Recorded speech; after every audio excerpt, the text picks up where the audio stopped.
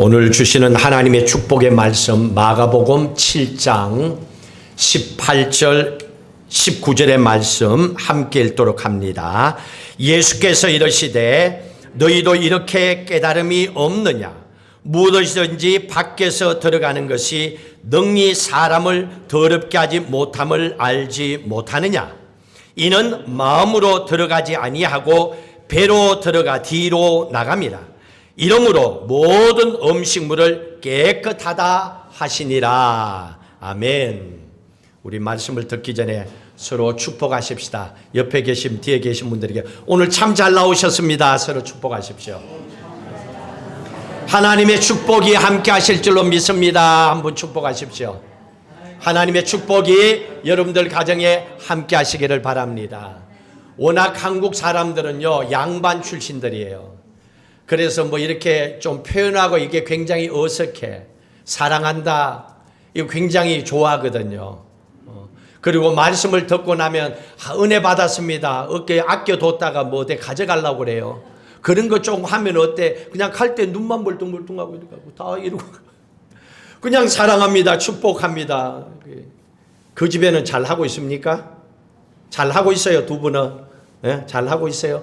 이게 행복한 가정이요. 하세요. 장로님 하시라고. 잘 하고 있어요. 그래요. 이게 얼마나 표현하고 살아간다는 것이 얼마나 좋은지 모릅니다. 오늘 말씀은 한국의 역사를 통하여 마음이 우리에게 주어진 환경보다도 훨씬 더 중요하다는 걸 조금 이해를 하고 말씀을 드리려고 합니다. 조선왕조 500년 중에 여러분들이 생각할 때 최악의 군주 왕은 누구라고 생각합니까? 역사를 보면 연산군입니다. 맞습니다. 연산군이 최악의 조선의 500년 동안의 최악의 군주였습니다. 이 연산군을 생각하면요 실제로 그 사람은 조광조의 조의제문이라고 하는 거 이건요 구테타를 일으켜고 왕을 뒤집어 버리려고 하는 그런 거거든요. 이 조의제문을 끈수로 빌미로 잡아가지고 많은 사람들을 사지로 몰아넣습니다. 그리고 무오사화라고 하는 일을 일으킵니다. 그 이후에 연산군은 폐륜에 빠지고 주색에 빠져가지고 국사는 내팽개치고 돌보지 않았습니다. 백성들이 알잖아요. 백성들의 원망이 하늘에 닿고 결국은 중종이 반정을 일으켜서 연산군은 쫓겨나고 귀양살이를 하게 됩니다. 얼마 살지 못하고 비참하게 마지막을 맞이하고 세상을 떠납니다. 한 가지 더 기왕 질문했으니까 조선왕조 500년 중에서 최고의 성군은 누구라고 생각합니까?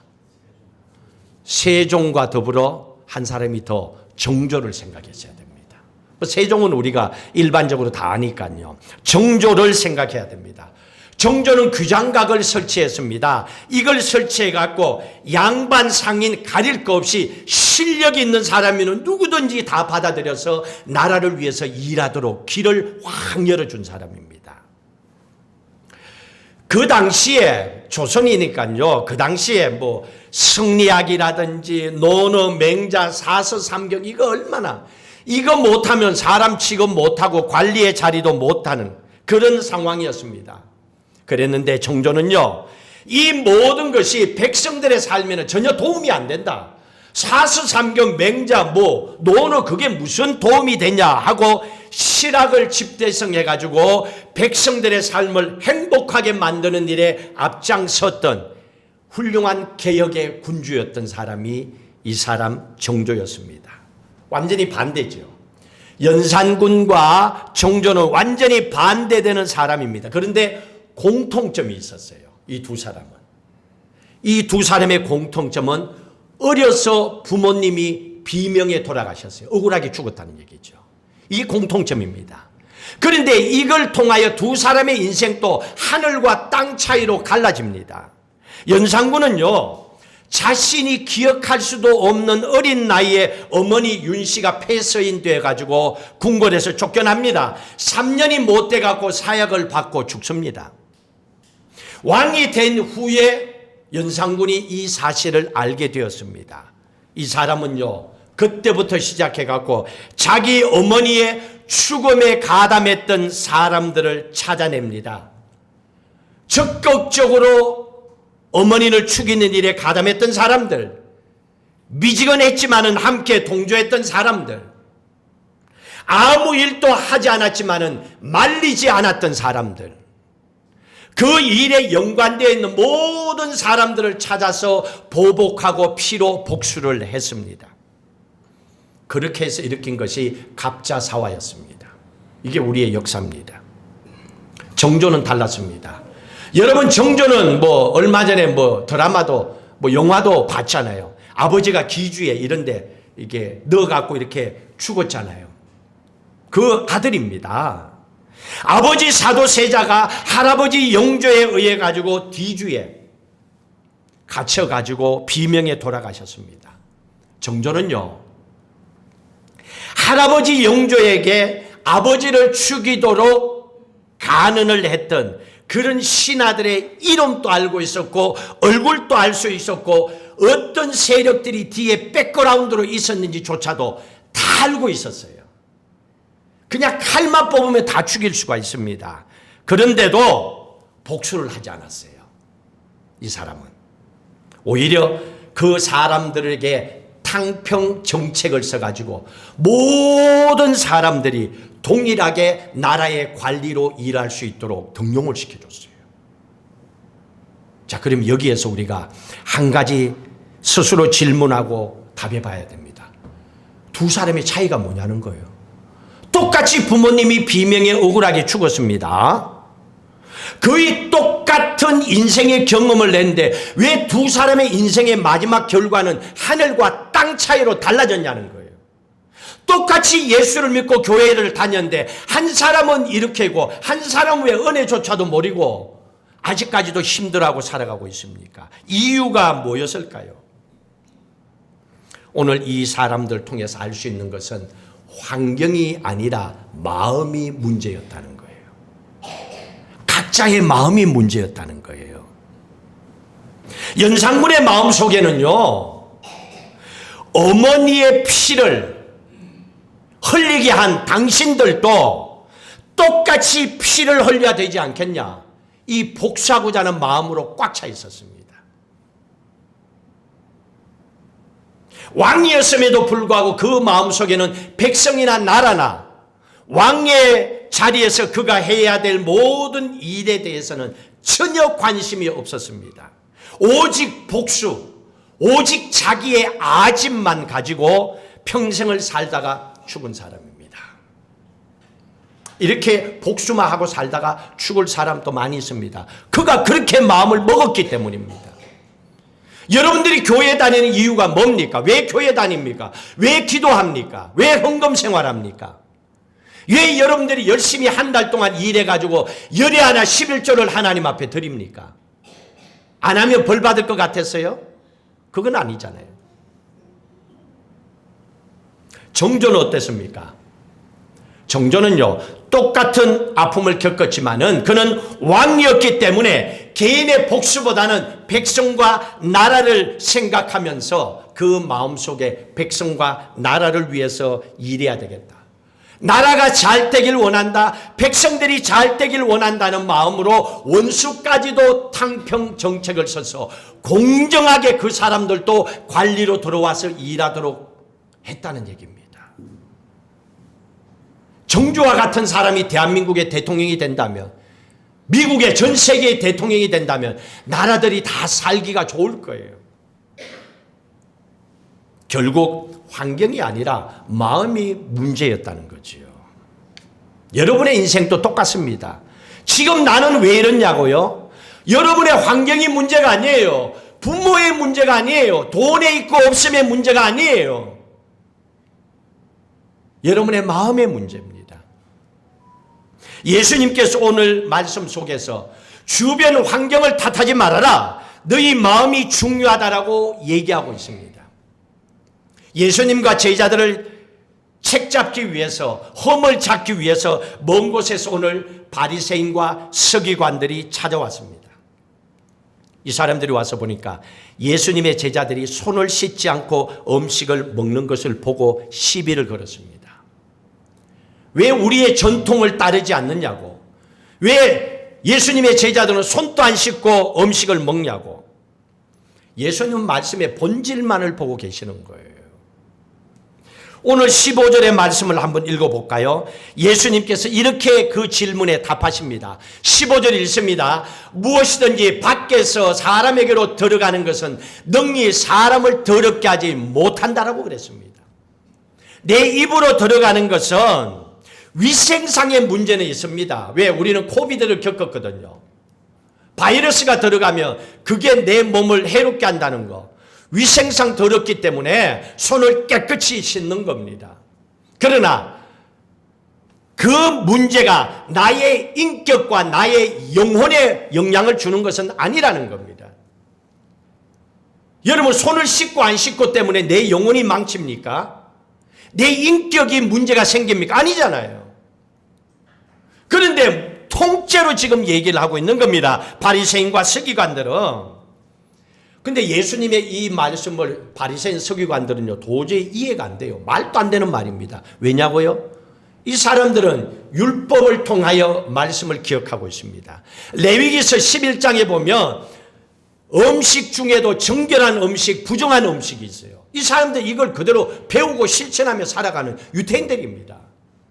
그러니까 부정한 음식인데 어떻게 먹으라니까. 성경에 보면 부정한 음식, 정결한 음식이 있습니다. 짐승 중에도 굽이 갈라지지 않는 짐승, 되새김질하지 않는 짐승, 그건 부정하다, 먹어서는 안 된다라고 알고 있습니다. 또 물고기 중에서도 비늘이 없고 지느러리가 없는 물고기는 부정하니 먹지 말라고 했습니다.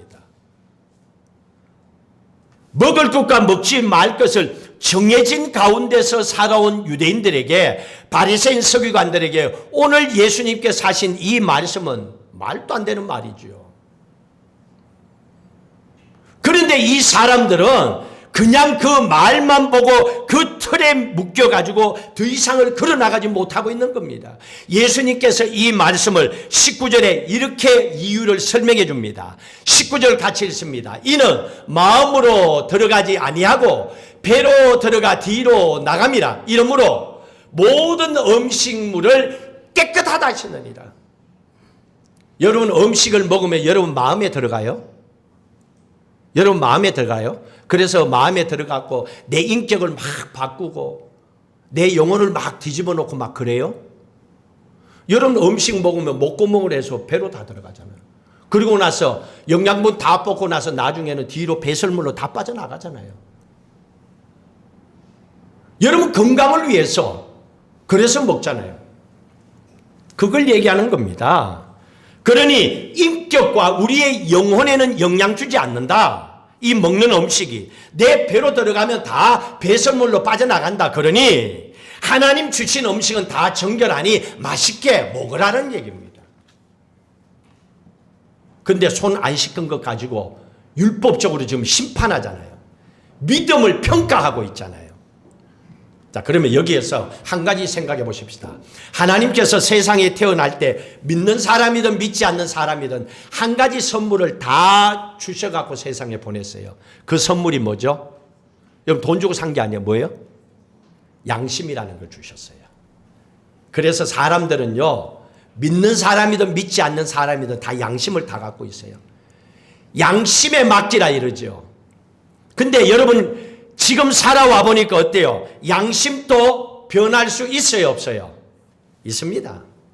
상황에 따라 내 양심도 거짓된 양심으로 빠지고요. 아주 말도 안 되는 양심이 될 수도 있고 더럽혀진 양심이 될 수도 있어요. 어떤 데는 선한 척하는 양심이 될 수도 있고 양심도 변합니다. 또 양심은요, 사람들마다 기준이 달라요. 똑같아요? 다 다릅니다. 이 사람이 볼 때 내 양심의 기준은 이거야 그러면 그거예요. 다른 사람하고는 다른 거예요. 그러면 그 사람의 양심의 기준으로 얘기하면 틀린 게 돼버리는 거야. 이 양심이라고 하는 건요, 그것만 믿고 살다가는 세상에 낭패당하는 게 많아요. 특히 목사들은 착한 양심 때문에 많이 속잖아요.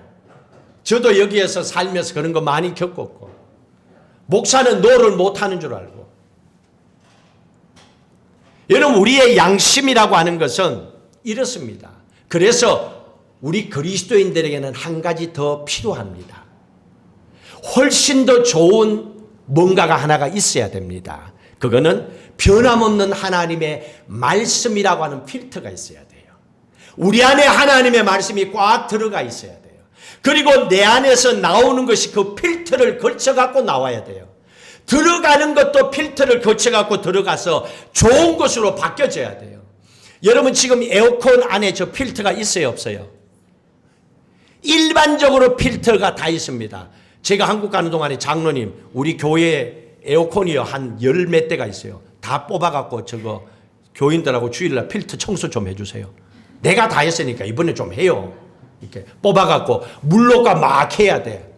저 전문가들이 얘기했어요. 저 하는 날 필터만 잘 물로가 청소해줘도 에어컨 수명이 길어진대요. 그리고 시원하대요. 근데 게을러 가지고 몰라서 필터를 청소 안 하잖아요. 먼지가 끼어갖고 그 다음에는요 찬바람도 잘 안 나오고 오히려 속에서 얼어버립니다. 필터 하나가 그렇게 좋은 역할을 하는 거예요. 그리스도인들에게 필요한 것은 이겁니다. 변하지 아니하는 하나님의 말씀의 필터가 여러분 안에 있어야 돼요. 듣고 흘려버리면 꽝이에요. 내 안에 내 삶의 필터가 돼야 돼요. 이게 있어야 뭔가가 변화가 될 수 있는 겁니다. 하나님의 말씀의 필터가 있어야, 내 안에 그게 들어있어야 외부에서 어떤 사탄의 유혹이 들어옵니다. 어떤 세상의 유혹입니다. 그럼 딱 그게 들어올 때 내 안에 말씀의 필터가 있잖아요. 그러면 얘가 걸러내잖아요. 이건 받아들여야 된다, 버려야 된다. 이 기준이 여기 있는 거예요. 근데 이게 없이 성경 교회 와서 듣고 흘리면 필터가 없는 사람이야. 필터가 없으니까 걸러내질 못해. 다 받아들이는 거야. 이것도 좋고 저것도 좋고. 그러니까 저 사람이 예수쟁인지 저 사람이 사탄의 종인지 저 사람이 교회 다니는 사람이 안 다니는 사람 구분이 안 되는 거야. 왜냐고요? 말씀의 필터가 간이 없으니까. 평생 교회 다녀봐야 그 삶에 변화가 없죠. 왜? 걸러내는 게 없으니까. 그냥 모든 걸 마음대로 해버리니까. 우리 주변에서도 좋은 환경, 좋지 않는 환경도 있잖아요. 그러면 그런 여러 가지 환경들이 내 안에 들어올 때 말씀의 필터를 통하여 나쁜 걸 걸러내갖고 좋은 걸로 만들어야죠. 우리 정수기를 물 사먹는데 정수기에 가면 장로님 가게 있죠. 필터로 갈죠. 똑같은 물인데 필터를 거치면 먹어도 되는 물이야. 그만큼 중요해요. 살릴 수 있고 죽일 수가 있어요. 쌓이면, 그 나쁜 것이 쌓이면 결국 그것 때문에 죽는 거예요. 이 필터라고 하는 것이 이렇게 중요합니다. 성경에는 어려운 환경을 말씀의 필터를 가지고 이겨낸 많은 사람들이 나옵니다. 그 중에서 요셉을 한번 생각해 보십시오. 형들에게 팔려서 이집트로 갔습니다. 나이가 17살이었습니다. 지금 치면 고1. 어린 나이에 팔려갔습니다.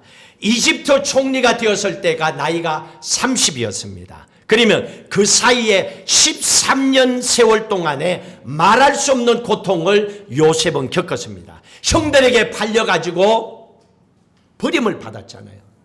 또 노예로 팔려가서 비인간적인 대우를 받으면서 이집트에서 살아야 됐잖아요.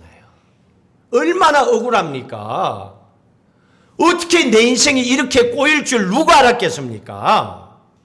보통 사람 같으면 나를 팔은 형제들 원망하고 하나님 원망하고 될 대로 되라는 식으로 살아버릴 수도 있습니다. 왜? 본인 마음이니까.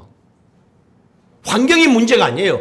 그 환경을 그렇게 받아들이고 그렇게 살아버리면 그런 인간이 돼버리는 거예요. 그렇게 할 수 있습니다. 그런데 요셉은 달랐어요. 나중에요, 요셉은 형제들을 만나서 고백하는 걸 보면 대단합니다. 이거는 정말로 말씀의 필터가 아니고는 이런 삶을 못 삽니다. 교회만 다니는 게 아니라 말씀이 그 안에 있어야 이렇게 되는 겁니다. 보십시오. 창세기 45장 7절 8절. 흉년이 들었습니다. 형님들이 아버지 말을 듣고 애굽에 와서 곡식을 사기 위해서 찾아왔습니다. 그때 요셉은 총리가 돼 있었어요. 그리고 나중에 자기를 밝히잖아요, 형들에게. 그랬더니 형들이 이제 죽었구나. 왜? 지은 죄가 있으니까. 동생을 팔았잖아요. 그리고 아버지에게는 죽었다고 거짓말했잖아요. 그러니 지발의 진리죠. 그 정도면 죽이죠, 형제도 뭐간에. 그런데 뭐라고 합니까? 같이 읽습니다. 하나님이 큰 구원으로 당신들의 생명을 보존하고 당신들의 후손을 세상에 두시려고 나를 당신들보다 먼저 보내셨나이다. 이 말이 뭡니까? 당신들은 나를 팔았다고 두려워하지 마십시오. 당신들이 나를 판 것이 아니라 하나님께서 나를 보내셨습니다. 그 말이에요. 8절 읽습니다. 그런즉 나를 이리로 보낸 이는 당신들이 아니요 하나님이시라. 하나님이 나를 바로에게 아버지로 삼으시고 그 온 집의 주로 삼으시며 애굽 온 땅의 통치자로 삼으셨나이다. 이렇게 고백하고 있습니다. 여러분, 이 말씀을 잘 보십시오. 하나님께서 먼저 나를 보내셔서 이 흉년의 때를 준비하게 하셨습니다.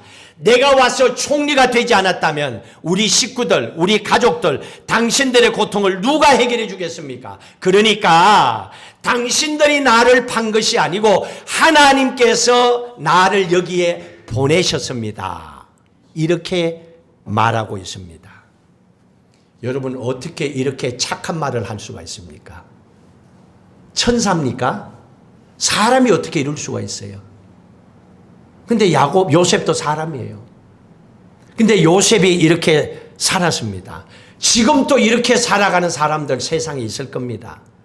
뭘 할 수 있습니까? 억울하다고 생각하는 13년 동안에 요셉의 마음속에는 하나님을 모시고 살았던 거예요.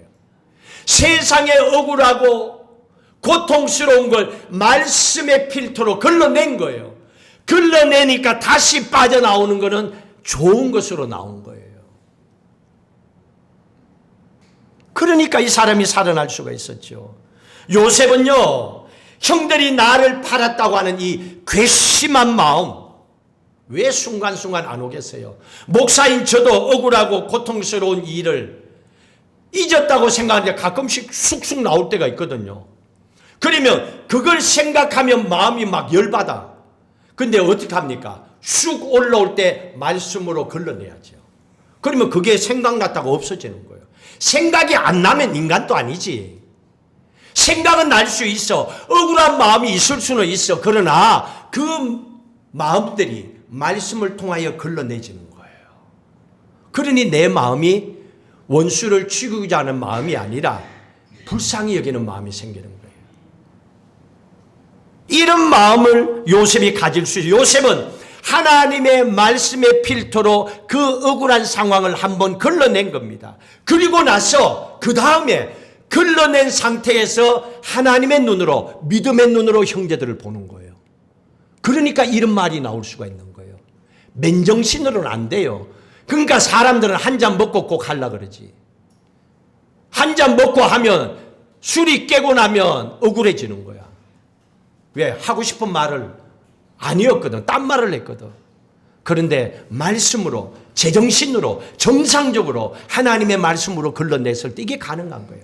그러니 여러분, 이건요, 말씀으로 살지 않으면 안 돼요. 믿음이 뭡니까? 바라는 것들의 실상이요, 보지 못하는 것에 증거라고 시브리서 11장 1절에 증거가 프리브라고 그랬습니다. 말과 행동으로 보여주는 게 믿음이라 그랬습니다. 요셉은 그걸 보여주는 거예요. 하나님의 말씀으로 걸러냈어. 그러다 보니까 그의 세상을 바라보는, 형제들을 바라보는 믿음의 눈이 바뀌어진 거죠. 그러면 그 입에서 선한 말이 나오죠. 교회 다녀도 악한 말이 나오는 거, 나쁜 말이 나오는 거, 말씀의 필터로 안 걸러내니까 그런 거예요. 걸러내보세요. 눈이 바뀌고 생각이 바뀌고 마음의 삶의 자세가 바뀌게 돼 있습니다. 안 바뀌는 사람 나 찾아와 봐요. 내가 다시 이렇게 해줄게요. 안 바뀔 수가 없습니다. 이거는. 다윗을 한번 볼까요? 까닭 없이 이유 없이 억울하게 수십 년 동안의 고난을 겪었습니다.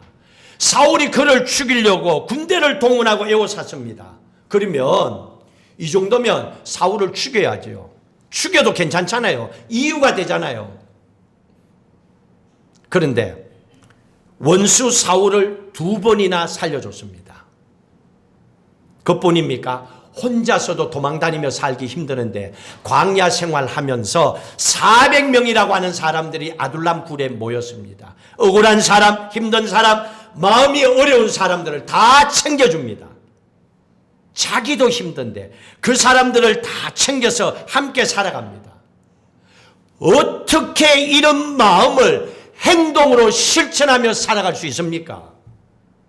이게 과연 교회 다니는 사람들이 할 수 있는 거예요? 성경적으로는 해야죠. 근데 진짜 그렇게 사는 사람 몇 명 못 봤으니까 교회에서는. 목사님들 중에서도 이런 사람들 많지 않으니까. 장로 권사님들 중에서는 더 없고. 생각을 해보십시오. 어떻게 교회를 다닌다 하더라도 이런 마음을 가질 수는 있어요. 왜? 교회 다니니까. 양심이 있으니까. 근데 이걸 어떻게 행동으로 실천하며 다윗처럼 이렇게 살 수 있냐는 거예요. 이게 어떻게 가능하냐는 거예요. 가능하죠. 다윗은 우리에게 그걸 얘기해 줍니다. 시편 19편에 다윗이 본인이 이렇게 할 수 있었던 걸 이렇게 얘기해 주고 있습니다. 그 이유가 이것 때문이라고 그럽니다. 같이 읽습니다. 여호와의 율법은 완전하여 영혼을 소성시키시며 여호와의 정근은 확실하여 우둔한 자를 지혜롭게 하며 여호와의 교훈은 정직하여 마음을 기쁘게 하고 여호와의 계명은 순결하여 눈을 밝게 하시도다. 믿으시면 아멘. 이거예요. 다른 거 없어요. 여호와의 율법, 여호와의 증거, 여호와의 교훈, 여호와의 계명 한마디로 하면 하나님의 말씀이에요. 하나님의 말씀이 나를 이렇게 했다는 얘기잖아요. 그 말씀은 완전하고 영혼도 살리고 우둔한 사람을 지혜롭게 만들고 정직하게 살고 기쁘게 살고 눈도 밝게 해주고 순결하게 살도록 해준다. 크리스찬의 샘플이잖아요. 저렇게 살면 모든 사람들이 교회에 나오고 싶지요. 얼마나 감사하고 기쁩니까? 하나님의 말씀이라는 얘기입니다. 하나님의 말씀이 나를 그렇게 했다는 얘기입니다. 그랬기 때문에 내게 주어진 어떤 환경 속에서도 나는 타락하지 않았다. 원수 갚는 곳에 내 마음을 빼앗기지 않았다. 그리고 나라는 인간의 인간성이 변질되지 않았다. 여러분 교회 다니면 인간성이 변질되면 안 돼요. 처음에 왔을 때는 뭐 하는 것 같다가 나중에는 뭐 이상하게 그러면 안 돼요. 교인들이 그러면 되나? 점점점 좋아져야지. 인간성이 더 나빠지면 안 되지. 양심이 있으면 양심을 봐도 그러면 안 되지. 인간성이 변질되지 아니하고 어떤 환경에도 그 탓하고 타락하고 죄를 범하고 그렇게 하지 않았다는 얘기입니다. 왜냐고요? 오늘 말씀의 본문에 보십시오. 21절 말씀부터 결론의 말씀을 짓도록 합니다. 같이 읽습니다. 속에서 곧 사람의 마음에서 나오는 것은 악한 생각 곧 음란과 도둑질과 살인과 간음과 탐욕과 악독과 속임과 엄탕과 질투와 비방과 교만과 우매함이니 이 모든 악한 것이 다 속에서 나와서 사람을 더럽게 하느니라. 아멘. 속에서 나오는 게 이런 거예요. 들어가는 게 아니라니까요. 여러분 오늘 점심 또 맛있게 드세요. 뭘 먹더라도 맛있게 먹으세요. 감사하며 먹으세요. 남들이 그거 먹으면 안 돼 그런 것도 감사함으로 먹으면 나한테는 약이 돼. 저 사람한테는 병이 돼도. 먹는 게 문제가 아니에요. 나오는 게 이렇다고. 마음에서 나오는 게 이게 다 악한 것이 다 모여 있잖아요. 이게 인생을 망치는 거예요. 이게 속에서 나온다고 그랬습니다. 그러면 우리는 어떻게 해야 되겠습니까? 우리 안에 이런 악한 것이 나오지 아니하도록 말씀의 필터로 걸러내야죠. 말씀의 필터로 걸러내면 아 맞아. 이거는 악한 것이야. 이렇게 하면 안 돼. 이거는 죄야. 이거는 하나님이 기뻐하지 않아 하고 말씀의 필터로 걸러내면 저는 게 다 걸려들어. 저게 다 걸려서 밖으로 나오지를 못하는 거예요. 근데 저걸 걸러내지 못하고 필터가 꽉 차 있고 필터가 구멍이 뚫려 있고 뭐 수십 년 동안에 그냥 바꾸지도 않고 그러면 차 안에서 냄새가 나요. 에어컨 필터 갈아야 돼요. 쾌쾌한 냄새는 필터를 안 갈아서 그래요. 돈 아깝다고 그냥 계속 둬봐요. 썩은 것만 나오지. 여러분 교회만 다닌다고 그러면 안 돼요. 그러면 썩은 필터가 내 안에서 새롭게 돼야 되는데 그 썩은 것이 내 안에서 나오면 안 되잖아요. 이런 걸 걸러낼 수 있는 깨끗한 말씀의 필터가. 그러니까 날마다 돌아봐야죠. 필터가 찼나 안 찼나 때가. 물이 찼나 안 찼나. 우리 교회도 평소에는 제습기를 털어놔요. 제습기는 필터를 통하여 그런 것도 걸러내요. 물도 걸러내고. 또 죄가 없는 한 달 동안에는 물도 잘 버리세요. 자주 와서 물도 버리시고. 중요한 것은 이겁니다. 우리의 마음속에 하나님의 주시는 말씀의 필터를 간직하고 살아야 돼요. 그래서 말씀을 묵상하고 말씀 붙잡고 기도하고 말씀 앞에서 이건 잘못됐습니다. 하나님 용서해 주십시오. 하나님 오늘 이 말씀대로 살기를 원합니다. 말씀대로 내게 축복해 주십시오. 기도하는 거예요. 우리 집사님 한 분이 제게 얘기했어요. 어릴 적에 가정의 예배를 드릴 때 부모님이 늘 함께 먼저 읽었던 말씀이 있대요. 네가 세계 어디를 가든 간에 너에게 비치지 아니하고 네가 오히려 베풀며 살아갈 수 있도록 그 말씀을 붙잡고 기도하며 살아왔는데 지금 보니까 하나님이 그렇게 해주셨대요. 가는 곳곳마다 하나님께서 베풀게 하셨지 꾸도록 하지 아니하셨다는 겁니다. 이게 말씀의 필터입니다. 말씀을 붙잡고 사니까 말씀대로 하나님이 축복해 주시지요. 네가 원하는 게 뭐냐라고 물었는데 글쎄요 이러면 뭘 어떡합니까? 지금 제가 한번 묻겠습니다. 하나님께서 여러분들을 찾아오셔서 묻습니다. 내가 한 가지 소원을 들어줄게. 네가 소원하는 거 한 가지만 얘기해라. 네가 소원하는 것이 뭐니? 다 정하셨어요? 그러면 여러분들은 그걸 붙잡고 기도하세요. 정하지 못했다면 오늘 예배 마치고 다시 말씀을 통하여 정하세요. 가지고 있어야 돼요. 언제든지 내 생명이니까 언제든지 나와야죠. 소중하니까. 그 소망하는 마음을 가지고 사셔야 됩니다. 그 말씀을 붙잡고 날마다 말씀 앞에서 하나님의 기쁨이 되는 삶을 살아가시기를 주의 이름으로 축복합니다.